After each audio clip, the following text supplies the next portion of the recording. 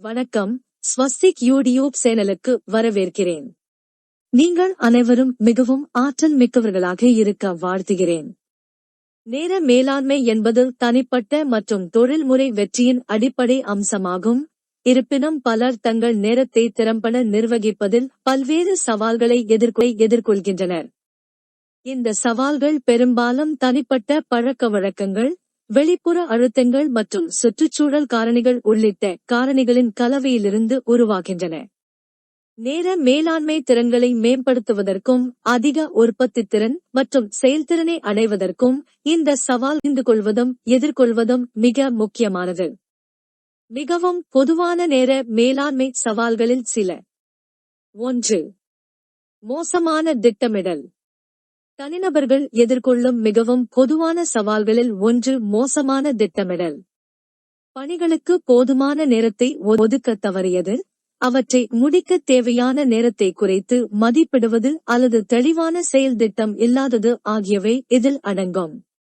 போதுமான திட்டமிடல் இல்லாமல் தனிநபர்கள் பணியின் பின்னடைவு அல்லது காலக்கெடுவை சந்திக்க சிரமப்படுவதால் தங்களை அதிகமாக காணலாம்.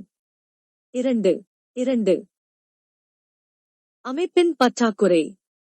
மற்றொரு பொதுவான சவால் அமைப்பின் பற்றாக்குறை. இது பணிகளுக்கு முன்னுரிமை அளிப்பதில் சிரமத்திற்கு வழிவகுக்கும் மற்றும் முக்கியமான செயல்பாடுகளில் தெளிவான கவனம் செலுத்துகிறது. நேர மேலாண்மைக்கு ஒரு கட்டமைக்கப்பட்ட அணுகுமுறை. தனிநபர்கள் அவசர மற்றும் அவசரமற்ற பணிகளுக்கு இடையில் வேறுபடுவதற்கு போராடலாம். இது எதிர்வினை முடிவெடுக்கும் சுழற்சி மற்றும் அதிகரித்த அழுத்த நிலைகளுக்கு வழிவகுக்கும்.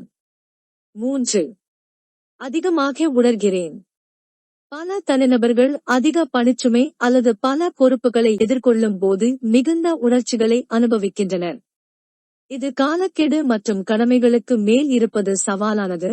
இது அதிகரித்த மன அழுத்தம் மற்றும் பதட்டத்திற்கு வழிவகுக்கும். அதிகமாக உணர்தல், தள்ளிப்போடுதல் மற்றும் தவிர்ப்பு நடத்தைகள் ஆகியவற்றில் விளைவடையலாம், மேலும் நேர்மை சவால்களை அதிகப்படுத்தலாம். 4. தள்ளிப்போடுதல். தள்ளிப்போடுதல் என்பது பணிகளை தாமதப்படுத்துவது அல்லது அவற்றை முற்றிலுமாக தவிர்ப்பதன் மூலம் வகைப்படுத்தப்படும் ஒரு பொதுவான நடத்தை ஆகும். இது பெரும்பாலும் தோல்வி பயம், பரிபூரணவாதம் அல்லது உந்துதல் இல்லாமை போன்ற காரணிகளிலிருந்து உருவாகிறது. தள்ளிப்போடுதல் உற்பத்தித்திறனை கணிசமாக பாதிக்கும் மற்றும் இலக்குகளை நோக்கி முன்னேறலாம். இந்த சவாலை திறம்பட எதிர்கொள்வது அவசியம். 5. கவனச்சிதறல். இன்றைய டிஜிட்டல் யுகத்தில் கவனச்சிதறல் ஏராளமாக உள்ளன, மேலும் நேரத்தை திறம்பட நிர்வகிப்பதற்கான மிகவும் நல்ல நோக்கத்துடன் மேற்கொள்ளப்படும் முயற்சிகளை கூட தடம்புரளச் செய்துவிடும். மின்னஞ்சல்கள், சமூக ஊடகங்கள், அறிவிப்புகள் மற்றும் சக பணியாளர்கள் அல்லது குடும்ப உறுப்பினர்களிடமிருந்து வரும் குறுக்கீடுகள் ஆகியவை பொதுவான கவனச்சிதறல். கவனச்சிதறலை நிர்வகித்தல் மற்றும் கவனம் செலுத்துதல் ஆகியவை உற்பத்தித்திறனை அதிகரிப்பதற்கும் விரும்பிய விளைவுகளை அடைவதற்கும் அவசியம். 6. இல்லை என்று சொல்வது சிரமம். பல தனிநபர்கள் எல்லைகளை அமைப்பதில் சிரமப்படுகிறார்கள் மற்றும் கூடுதல் பொறுப்புகள் அல்லது தங்கள் நேரத்திற்கான கோரிக்கைகளை வேண்டாம் என்று கூறுகிறார்கள். இது அதிக அர்ப்பணிப்பு மற்றும் தன்னை மிக மெல்லியதாக பரப்பி எரிதல் மற்றும் செயல்திறன் குறைவதற்கு வழிவகுக்கும். இந்த சவாலை திறம்பட நிர்வகிப்பதற்கு நேரத்தை சமசியமாக முன்னிறுத்துவதற்கும் ஒதுக்குவதற்கும் கற்றுக்கொள்வது அவசியம். 7. சுய ஒழுக்கம் இல்லாமை. பயனுள்ள நேர மேலாண்மைக்கு சுய ஒழுக்கம் மற்றும் திட்டங்கள் மற்றும் முன்னுரிமைகளை பின்பற்றுவதற்கான அர்ப்பணிப்பு தேவைப்படுகிறது.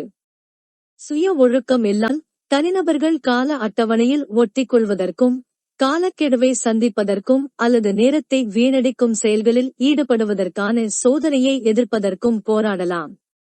மேலும் இது போன்ற வீடியோ பார்க்க லைக் செய்யவும், சப்ஸ்கிரைப் செய்யவும், பெல் ஐகானை அழுத்தவும்.